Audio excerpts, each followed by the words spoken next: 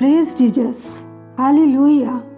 भजन 69:9 में लिखा है, क्योंकि मैं तेरे भवन की धुन में जलते जलते भस्म हुआ, और जो निंदा वो तेरी करते हैं वही निंदा मुझको सहनी पड़ी है। वो कौन सी निंदा थी जो परमेश्वर की हो रही थी और जो यीशु मसीह को इस पृथ्वी पर रहते हुए सहन करनी पड़ी। मत्ती 21:12-13 में लिखा है, यीशु ने परमेश्वर के मंदिर में जाकर उन सब को जो मंदिर में लेन देन कर रहे थे निकाल दिया, और सराफों के पीढ़े और कबूतर बेचने वालों की चौकियां उलट दी, और उनसे कहा, लिखा है, मेरा घर प्रार्थना का घर कहलाएगा, परंतु तुम उसे डाकुओं की खो बनाते हो। यूहन्ना 2:13-17 में लिखा है, यीशु यरूशलेम को गया। उसने मंदिर में बैल, भेड़ और कबूतर के बेचने वालों और सराफों को बैठे हुए पाया। तब उसने उन्हें मंदिर से निकाल दिया और कहा, मेरे पिता के घर को व्यापार का घर मत बनाओ। तब उसके चेलों को स्मरण आया कि लिखा है, तेरे घर की धुन मुझे खा जाएगी।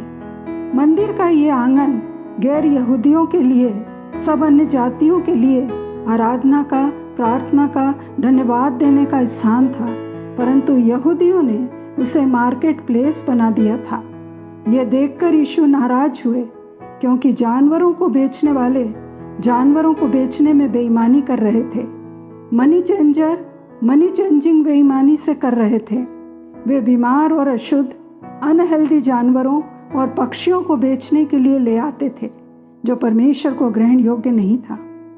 लोगों से ज़्यादा पैसा लेते थे, क्योंकि बलिदान चढ़ाने के लिए उन्हें बैल, भेड़ या गरीबों को कबूतर चाहिए थे। पुरानी व्यवस्था में बलिदान चढ़ाना प्रार्थना का, उपासना का, आराधना का ही एक रूप था, और ये लेन देन करने वाले उन लोगों से लाभ कमा रहे थे। टैक्स कलेक्टर अपना टैक्स वसूल कर रहे थे। प्रभु यीशु को उनके बिजनेस से कोई मतलब नहीं था, परंतु मंदिर आराधना का स्थान था और लेन देन करने वाले आराधना में बाधा बन रहे थे।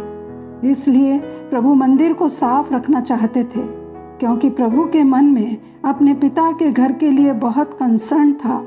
और जब उन्होंने बजाय परमेश्वर की आराधना और महिमा करने के उनके घर में लोगों को व्यापार करते हुए देखा, तो पिता के लिए जो झील थी, जो हार्टली अफेक्शन उनके मन में था, उसके लिए वो आग उनके मन में उन लोगों के विरुद्ध जल उठी जो परमेश्वर के घर को अशुद्ध कर रहे थे।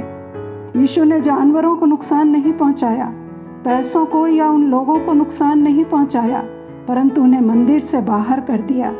वो उन्हें नुकसान नहीं पहुंचाना चाहते थे, पर उन्हें सही करना चाहते थे।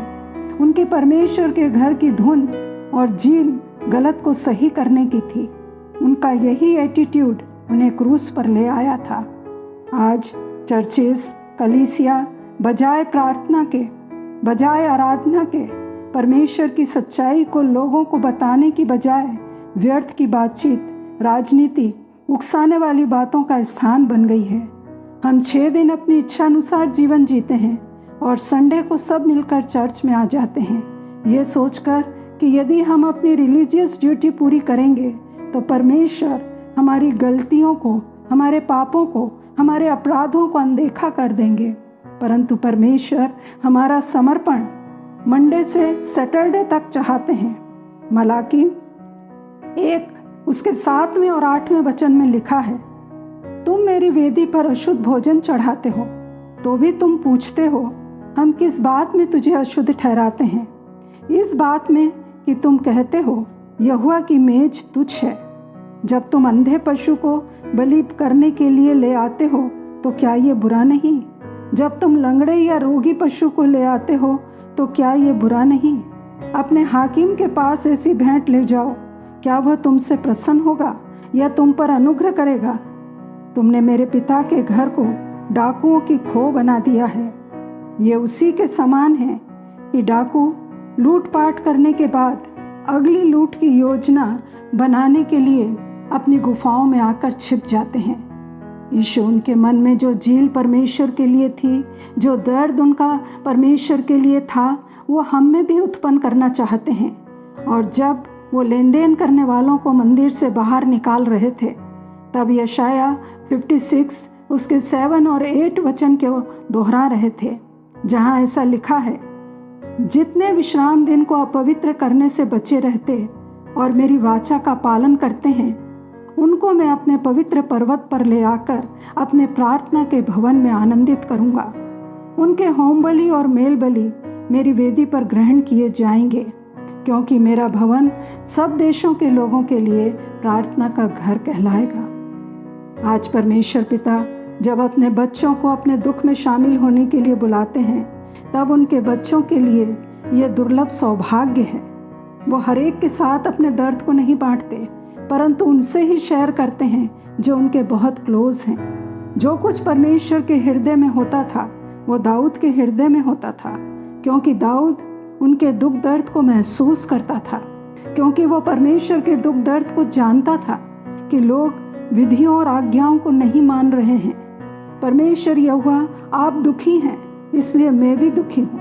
और इसलिए भजन में लिखता है, मैं विश्वासघातियों को देखकर उदास हुआ, क्योंकि वे तेरे वचन को नहीं मानते।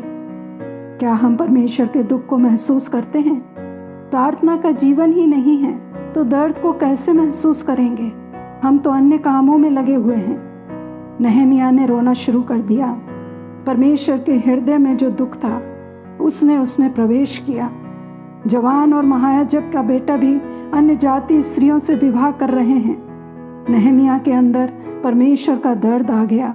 उसने सबको बाहर कर दिया, पैसे को फेंक दिया, सही सामान जो भंडार गृह में होना है बस उसको रखा, लेन देन करने वालों को निकाल दिया और मंदिर को साफ किया। उनसे कहा, तुम्हें सुलेमान का स्मरण है? उसने अन्य जाति स्त्रियों से विवाह किया। उन स्त्रियों ने उसे परमेश्वर से दूर कर दिया। वो महसूस कर रहा था कि परमेश्वर कैसे दर्द महसूस कर रहे हैं। आज कलीसिया में यही सब चल रहा है। प्रचारक आते जाते हैं, पर चर्च के लोगों के हृदय में शुद्धता पवित्रता नहीं आती। प्रार्थना का गढ़ डाकू की खो बन गया है। पौलुस फिलिपियों को लिखते हुए कहते हैं, जिनके विषय रो रो कर बयान किया है, उनका परमेश्वर पेट है, उनकी महिमा शर्म में है। उन्होंने अपना मन पृथ्वी पर लगाया है। वो कांप रहा था, रो रहा था, क्योंकि कलीसिया की स्थिति है कि वो एक दूसरे को और परमेश्वर को धोखा दे रहे हैं। शमूएल दर्द में है, क्योंकि इज़राइल ने परमेश्वर को अपना राजा मानने से इनकार कर दिया। वो विलाप कर रहा है। परमेश्वर कहते हैं, कब तक विलाप करता रहेगा? उन्होंने तेरा नहीं मेरा इनकार किया है, मुझे नकार दिया है। आज कलीसिया में यीशु का तिरस्कार हो रहा है। क्या हम परमेश्वर का घर हैं जिसमें वो रह सकें? क्या हमारा घर प्रार्थना का घर है? परमेश्वर के लिए हमारी जीन, हमारे प्रार्थना का जीवन वो एविडेंस है कि हम प्रार्थना का घर बन गए हैं। हमारा जीवन आसान और खुशनुमा हो जाता है यदि हमारा घर प्रार्थना का घर है। मसीह परमेश्वर के घर का अधिकारी है और उसका घर हम हैं, यदि हम अंत तक दृढ़ता से उसमें स्थिर रहें। तो यदि हम प्रार्थना का घर बनना चाहते हैं, प्रभु के आगे मुंह के बल गिरें, परमेश्वर के दर्द को समझें और कहें, प्रभु मेरा हृदय गंदा है, बदबूदार है, उसे आप साफ करें। मेरे लोगों को, कलीसिया को साफ करें। प्रभु हम पर दया करें, पवित्र आत्मा को उंडेल दें। पाप के प्रति हमारा मन कायल नहीं होता, टूटता नहीं है, हम में टूटन नहीं है।